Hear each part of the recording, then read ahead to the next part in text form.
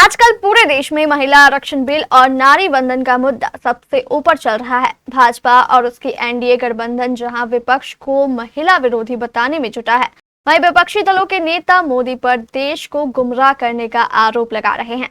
इसी मुद्दे पर आज पूर्व शिक्षा मंत्री डॉक्टर राम प्रकाश महतो ने जो कहा वह आप भी सुनिए। देखिए, विगत 3 दिनों से 16, 17, 18 अप्रैल की चर्चा हो रही है कि लोकसभा में नारी बंधन अधिनियम आ गया।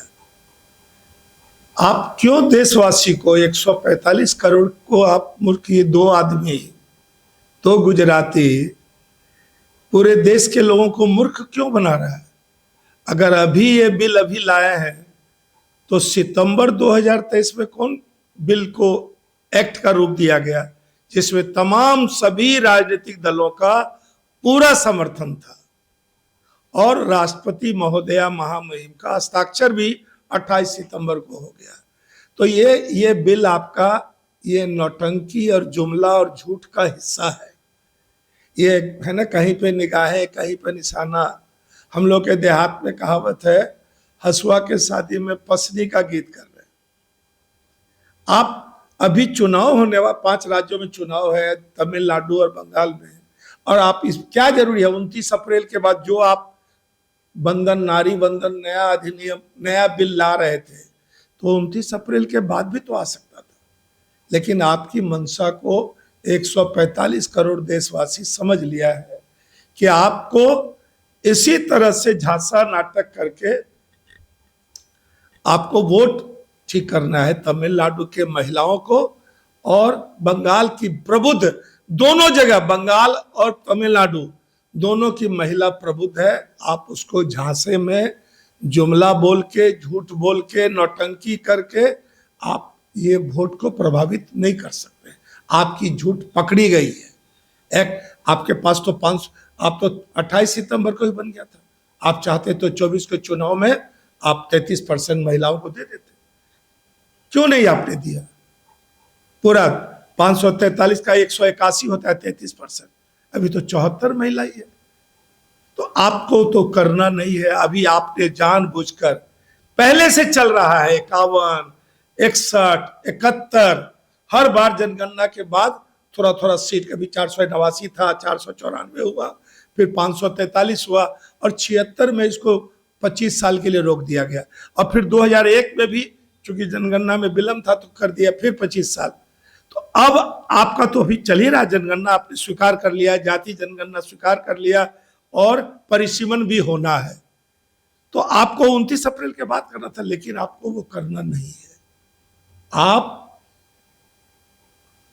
आगे क्या सोच रहे थे कि कैसे सत्ता को परिसीमन के नाम पर महिलाओं को आगे करके, महिलाओं के पीछे महिला की बात करके, और आपके मुंह से, बीजेपी के नेताओं के मुंह से, और खास करके मोदी जी आपके और अमित शाह के मुंह से और बीजेपी के लोगों के मुंह से महिला के बारे में ठीक नहीं लगता है। जब मणिपुर की महिला के साथ हो रहा था, हाथरस में रात में जलाया गया 2:30 बजे, उन्नाव में जो हो रहा था, अभी जो ओलंपिक वाली महिला, जो पहलवान लोग जो मेडल लेके आई, उसके साथ जो हुआ, आप इस पर, और आप छोड़िए बाकी, अभी वसुंधरा राजे जो एकदम संभावित मुख्यमंत्री थे राजस्थान में, वहां पर्चा निकाल दिया।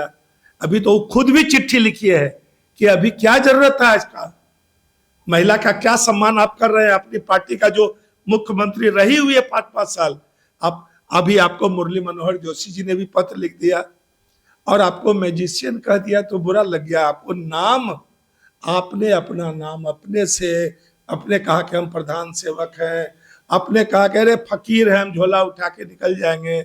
चौकीदार आपको कह दिया तो आप कहा कि सब आदमी लिखो कि हम भी चौकीदार हैं। और अभी अब आप नया नाटक शुरू कर दिए हैं कि भाई जादूगर हमको कह रहा है। आप तो खुद ही बोले हैं कि लोगों को मालूम नहीं हम कितना बड़ा जादूगर है। तो अब जादू आप लोगों का पता लग गया है। बंगाल और तमिलनाडु दोनों पढ़ा लिखा राज्य, और वहां क्रांति की धरती रही है। आज अंग्रेजों के खिलाफ आंदोलन बंगाल से शुरू हुआ है और वहां दीदी तमाम वैसे लोगों का जो देश प्रेम है और जो बंगाल को जय बांग्ला वहां चल रहा है। आपका नाटक, आपका नौटंकी वहां चलने वाला नहीं है। उधर स्टालिन, इधर दीदी, आपको उसका लाभ होने, आप झांसे में राष्ट्र के नाम संबोधन आप इसी तरह से आप नोटबंदी से लेकर लगातार आप करते चले जा रहे हैं। इसलिए आप इस झांसे से लोग अवगत हैं, आपके जुमले से, आपके झांसे से, आपके नौटंकी से। आप लोगों को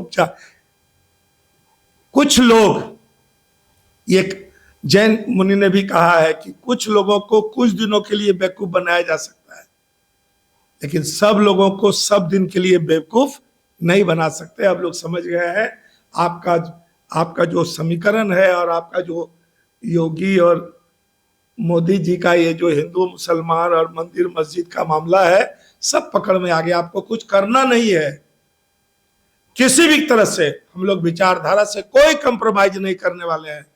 हम बंगा ये जुमला और ये जो नया 16, 17, 18 को लाया गया है, हम इसकी नौटंकी को केवल राम प्रकाश महतो नहीं, पूरा देशवासी समझ लिया है। लेकिन आपके माध्यम से, केबीसी के माध्यम से, हम तमिलनाडु और बंगाल के प्रबुद्ध मतदाता से आग्रह करते हैं कि ये इनको करना नहीं है। इनको ये परिसीमन और जातीय जनगणना में जोड़ के ये अपना भविष्य में सत्ता इसके हाथ में रहे, उसी हिसाब से ही परिसीमन करेगा, उसी हिसाब से महिलाओं के सीट आरक्षित करेगा। अभी क्या बहाना कर रहा है, 850 कर देंगे तो 543 डिस्टर्ब नहीं होगा। कीजिए ना, आपको क्या दिक्कत है? आपको तो यहाँ जैसे आरक्षण है SC, ST, EBC, OBC, तो वो आरक्षण भी अगर आपको महिलाओं को भी देना है तो आरक्षण का भी ध्यान रखना होगा। आप UGC वाला जो मामला है उसमें आप कोई कंप्रोमाइज, हम लगातार KBC के माध्यम से बंगाल और तमिलनाडु के मतदाताओं से हम अपील कर रहे हैं कि आप इस झांसेबाज के झांसे में, जुमलेबाज के जुमले से प्रभावित ना हो और बीजेपी को हराने में एक एक प्रबुद्ध नौजवान, महिला, बहन, भाई बहन मिलकर बीजेपी को हराइए। और चाहे वो तमिलनाडु हो चाहे बंगाल हो, वहां दीदी एक सशक्त महिला नेत्री, आप किसको, वसुंधरा राजे को घर बैठा दिया आपने, तो ये आपकी साजिश नहीं चलेगी। साजिश आपकी देश की जनता ने पकड़ लिया।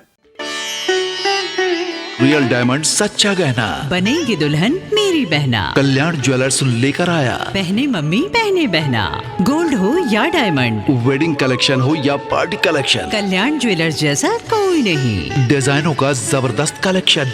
कल्याण ज्वेलर्स शोरूम, मिर्चाई बाड़ी, कटिहार। अब वसूल होगा आपका पूरा पैसा। नहीं है कोई कल्याण ज्वेलर्स जैसा।